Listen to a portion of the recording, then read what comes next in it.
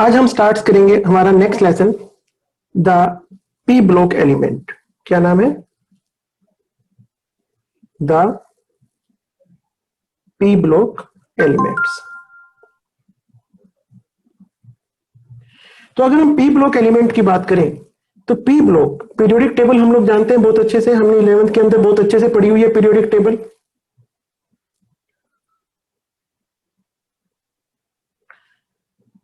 तो ये हमारी पीरियोडिक टेबल है। हम जानते हैं हमने पीरियोडिक टेबल को कितने हिस्सों में डिवाइड किया हुआ है? 4 ब्लॉक्स में, S block, P block, D block और ये हमारा एफ ब्लॉक। पी ब्लॉक में कितने ग्रुप्स होते हैं? 6 ग्रुप, 13, 14, 15, 16, 17 एंड 18।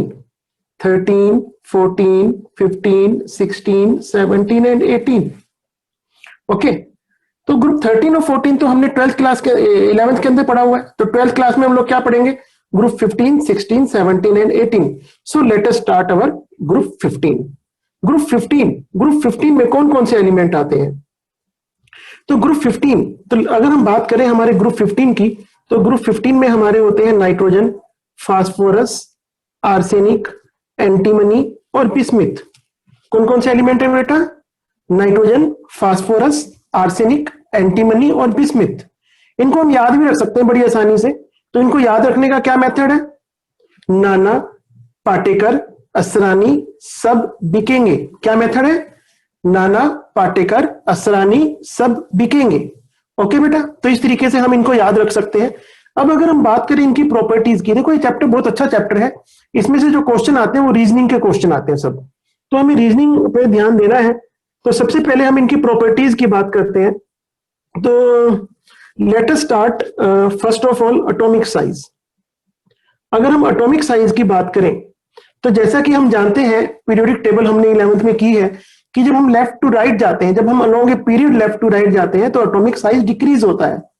तो अगर हम इनको कंपेयर करें ग्रुप 14 से, तो ग्रुप 14 के कंपैरिजन में इनका साइज क्या होगा? छोटा होगा। तो ग्रुप 15 का साइज ग्रुप 14 से छोटा होता है। Is it clear? अब अगर हम ऊपर से नीचे आएंगे, when we move along a group, तो साइज इंक्रीज होगा। तो ऊपर से नीचे आने पे साइज इंक्रीज होगा। ठीक है बच्चों?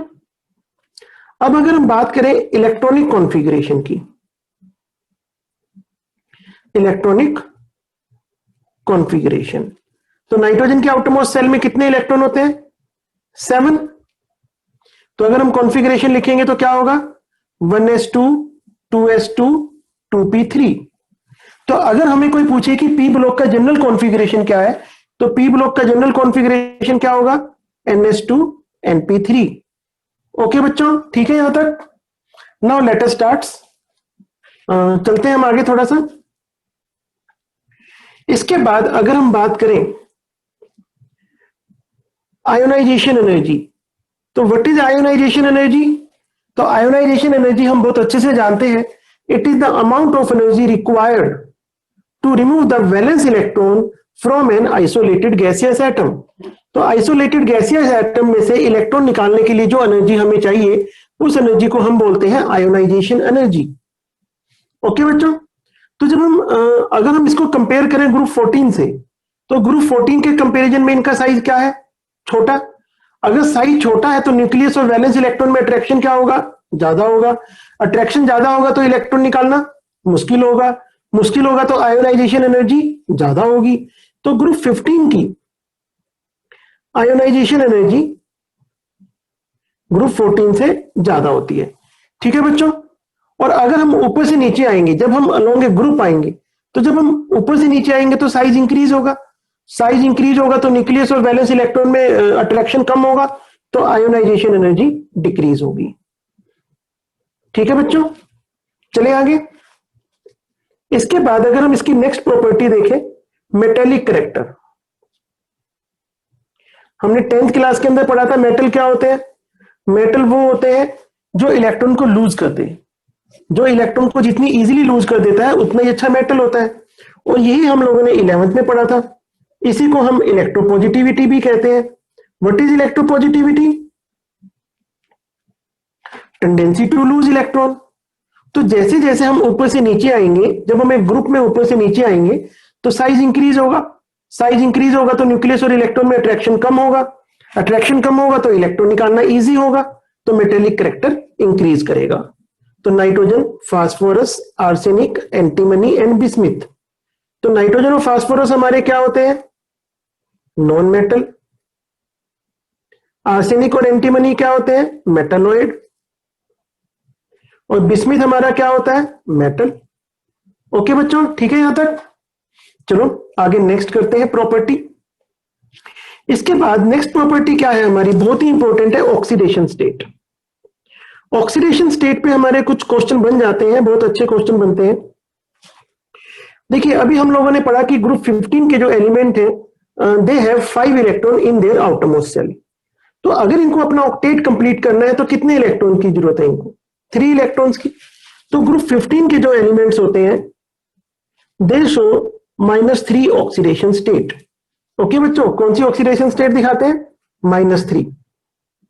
लेकिन हम जानते हैं कि जैसे जैसे हम डाउन द ग्रुप आएंगे, ऊपर से नीचे आएंगे, तो इलेक्ट्रोनेगेटिविटी कम हो जाती है। और जब इलेक्ट्रोनेगेटिविटी कम होगी तो -3 ऑक्सीडेशन स्टेट दिखाने की टेंडेंसी ऊपर से नीचे आने पे डिक्रीज होती है। ओके, तो -3 तो दिखाते ही है, लेकिन इसके अलावा ग्रुप 15 की और जो दो मोस्ट कॉमन ऑक्सीडेशन स्टेट होती है वो होती है +3 एंड +5। ठीक है बेटा, कौन कौन सी होती है? +3 एंड +5। लेकिन यहां पर भी हमें समझना है कि जो +5 दिखाने की टेंडेंसी है डिक्रीज होती है डाउन द ग्रुप, और +3 दिखाने की टेंडेंसी इंक्रीज होती है। क्यों होता है भाई ऐसा? +5 दिखाने की टेंडेंसी डिक्रीज हो रही है, +3 दिखाने की इंक्रीज हो रही है। ये सब हमने 11th में भी पढ़ा है। And this is due to inert pair effect. This is due to inert pair effect. देखिए जैसे हमारे एलिमेंट कौन कौन से एलिमेंट थे हमारे? नाइट्रोजन, फास्फोरस, आर्सेनिक, एंटीमनी और बिस्मिथ। यानी इसका मतलब क्या है? यानी अगर मैं बिस्मिथ की बात करूं तो बिस्मिथ जो है वो +5 ऑक्सीडेशन स्टेट नहीं दिखाएगा। बिस्मिथ हमेशा ही कैसी ऑक्सीडेशन स्टेट दिखाना चाहेगा? +3। तो ये बहुत ही इंपॉर्टेंट पॉइंट है यहां पर कि बिस्मिथ हमेशा कैसी ऑक्सीडेशन स्टेट दिखाएगा? +5। तो यहां पर एक क्वेश्चन और भी बन जाता है, क्यों होगा ऐसा? इनर्ट पेयर इफेक्ट क्या होता है ये भी मैं अभी आपको बताऊंगा। लेकिन यहां पे एक बहुत अच्छा क्वेश्चन भी बन जाता है कि बिस्मिथ +5, तो व्हाट इज बिस्मिथ +5? तो bismuth +5 behave like a oxidizing agent. I think you know very well what is oxidizing agent. Oxidizing agent वो होता है जिसका खुद का रिडक्शन हो जाए। तो बिस्मिथ +5 बेटर ऑक्सीडाइजिंग क्यों है, oxidizing agent? Because it wants to convert into bismuth +3, क्योंकि वो बिस्मिथ +3 में बदलना चाहता है जो कि इसकी स्टेबल ऑक्सीडेशन स्टेट है। तो अब हम समझेंगे आखिर ऐसा क्यों है, बिस्मिथ जो है +5 ऑक्सीडेशन स्टेट क्यों नहीं दिखा पाएगा। What is inert pair effect? तो let us see what is inert pair effect. देखिए मैं let us take the example of phosphorus 15, 1s2, 2s2, 2p6, 3s2, 3p3, and after this 3d0, 3s2, 3p3 and 3d0। अब यहां पर phosphorus के outermost cell में कितने electron है? 3। So it will show the oxidation state +3। But अगर इसका एक इलेक्ट्रॉन जंप करके आगे चला जाए तो कितने अनपेयर्ड इलेक्ट्रॉन हो जाएंगे? 5। So it will show +5 oxidation state. तो इस तरह से दो तरह की ऑक्सीडेशन स्टेट दिखाते हैं, +3 और +5। लेकिन होगा क्या, जैसे जैसे हम ऊपर से नीचे आएंगे, जैसे जैसे हम ऊपर से नीचे आएंगे, अंदर वाली सेल में इलेक्ट्रॉन डी एंड एफ सब सेल में आना शुरू हो जाते हैं। किस में आना शुरू हो जाते हैं? डी एंड एफ सब सेल में। और हम लोगों ने 11th क्लास में बहुत अच्छे से पढ़ा था स्क्रीनिंग इफेक्ट, और हम जानते हैं कि डी और एफ सबसेल का स्क्रीनिंग इफेक्ट बिल्कुल पुअर होता है। तो अगर स्क्रीनिंग इफेक्ट पुअर है, स्क्रीन बेकार है, तो न्यूक्लियस को बाहर वाला इलेक्ट्रॉन दिख जाएगा, और जब बाहर वाला इलेक्ट्रॉन दिख जाएगा तो उनके बीच में अट्रैक्शन हो जाएगा, और अगर अट्रैक्शन हो गया तो ये जो है ये पेयर्ड इलेक्ट्रॉन ये जंप करके आगे नहीं जा पाएंगे, और अगर ये जंप करके आगे नहीं जाएंगे तो सिर्फ कितने बॉन्ड बनेंगे? 3 बॉन्ड, तो वो 5 बॉन्ड बना ही नहीं पाएगा। तो इसको हम बोलते हैं इनर्ट पेयर इफेक्ट। तो अगर मुझे इनर्ट पेयर इफेक्ट लिखना हो तो what is inert pair effect? तो इनर्ट पेयर इफेक्ट की डेफिनेशन हम क्या लिखेंगे? The reluctance of paired electron of outermost S subcell to take part in bond formation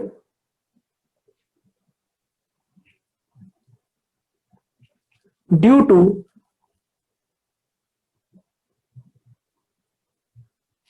poor screening effect of inner electron of D and F subcell। ठीक है बच्चों, the reluctance of paired electron, यानी जो paired electron है outermost S subshell की, वो bond formation में participate नहीं कर पाएंगे। क्यों नहीं कर पाएंगे?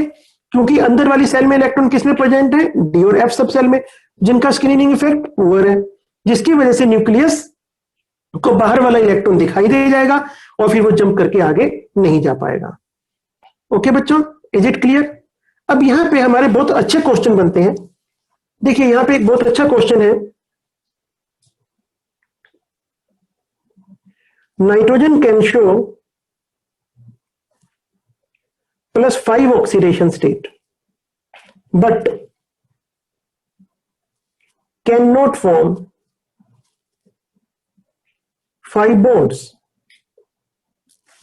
नाइट्रोजन +5 ऑक्सीडेशन स्टेट दिखा सकता है but it can not form 5 bond. Why? देखो नाइट्रोजन में कितने इलेक्ट्रॉन है? 7, 1s2, 2s2, 2p3।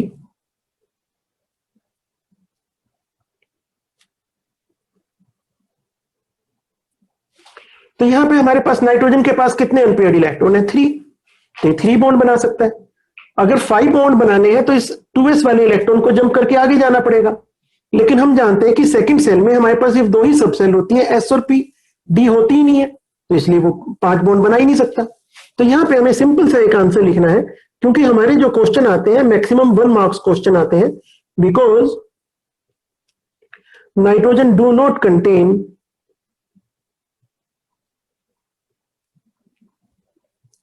Vacant D orbital, क्योंकि नाइट्रोजन के पास वैकेंट डी ऑर्बिटल नहीं है। ओके बेटा, इज इट क्लियर? अब ऐसे ही इसी कंसेप्ट का एक और क्वेश्चन है, PCl5 forms but NCl5 do not। Why? Again the same answer, because nitrogen do not contain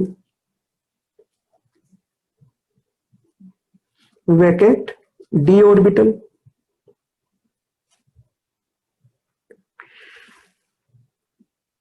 इसी कंसेप्ट पे एक और क्वेश्चन है, R3p double bond O forms but R3n double bond O not। Why? तो देखो अगर आप बड़े ध्यान से देखें तो यहां नाइट्रोजन के कितने बॉन्ड हो गए? 5। और अभी हम इतनी देर से यही तो पढ़ रहे हैं कि नाइट्रोजन 5 बॉन्ड बना ही नहीं सकता क्योंकि उसके पास डी ऑर्बिटल नहीं है। तो हम इसका सिंपल आंसर ये भी लिख सकते हैं कि because nitrogen do not contain D orbital. लेकिन अगर इसको और ज्यादा अच्छे से एक्सप्लेन करना है तो हम यहाँ पे ऐसे भी बोल सकते हैं, देखिए यहाँ पे क्या हुआ है, नाइट्रोजन का डी ऑर्बिटल है और ऑक्सीजन का पी ऑर्बिटल है, तो इनके बीच में डी पाई पी पाई बॉन्ड है। तो आप लोग बहुत अच्छे से जानते हैं डबल बॉन्ड का मतलब पाई बॉन्ड। तो हम ये कह सकते हैं कि R3P डबल बॉन्ड हो, इनके अंदर D पाई P पाई बॉन्ड है, but nitrogen do not contain D orbital, so D pi P pi bonding is not possible। Okay बच्चों, यहां तक कोई डाउट है तो बोलो। चलिए फिर आगे। इसके बाद यहां पे एक और बहुत अच्छा क्वेश्चन बनता है हमारा,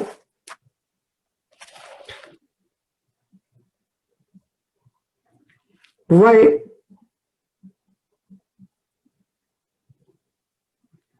nitrogen is less reactive. Nitrogen जो है वो हमारा बहुत ही लेस रिएक्टिव होता है, क्यों? तो हम लोग बहुत अच्छे से जानते हैं कि नाइट्रोजन कैसा बॉन्ड बनाता है, ट्रिपल बॉन्ड। और ट्रिपल बॉन्ड को तोड़ना बहुत मुश्किल है, बहुत ज्यादा एनर्जी चाहिए, इसलिए लेस रिएक्टिव है। तो आंसर हम लिखना है ड्यू टू हाई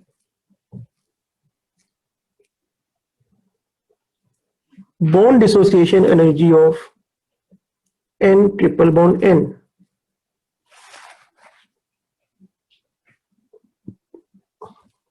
ओके बच्चों, चलिए आगे। इसके बाद नेक्स्ट क्वेश्चन है हमारा।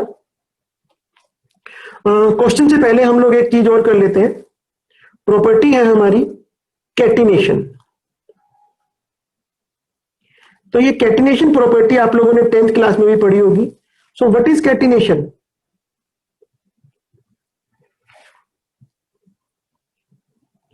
The property of self linkage. The property of self linkage हम पढ़ते थे 10th क्लास में कि कार्बन आपस में जुड़ जुड़ के लंबी चेन बना लेता है, that is known as catenation. तो the property of self linkage is known as catenation. तो यहां पे हमारा एक बहुत अच्छा क्वेश्चन बनता है, why nitrogen shows less catenation than phosphorus।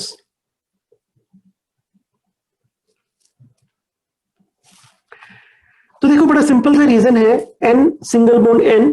हम जानते हैं कि नाइट्रोजन की आउटरमोस्ट सेल में कितने इलेक्ट्रॉन होते हैं, 5 2 2 4। तो अब नाइट्रोजन का साइज क्या होता है, बहुत ही छोटा। साइज छोटा है तो इलेक्ट्रॉन और इलेक्ट्रॉन के बीच में रिपल्शन बहुत ज्यादा होगी, रिपल्शन ज्यादा होगी तो बॉन्ड जल्दी टूट जाएगा, इसलिए इसकी कैटिनेशन प्रॉपर्टी कम होती है।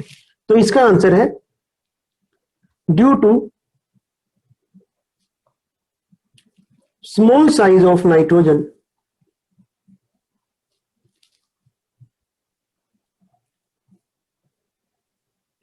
The repulsion between non bonding electron is high. ठीक है बच्चों, तो यहां तक बहुत अच्छे से पढ़ के रखना। कोई डाउट है तो मुझे व्हाट्सएप से या कॉल करके पूछ लेना। इससे आगे का हम करेंगे अब नेक्स्ट वीडियो में। Thank you.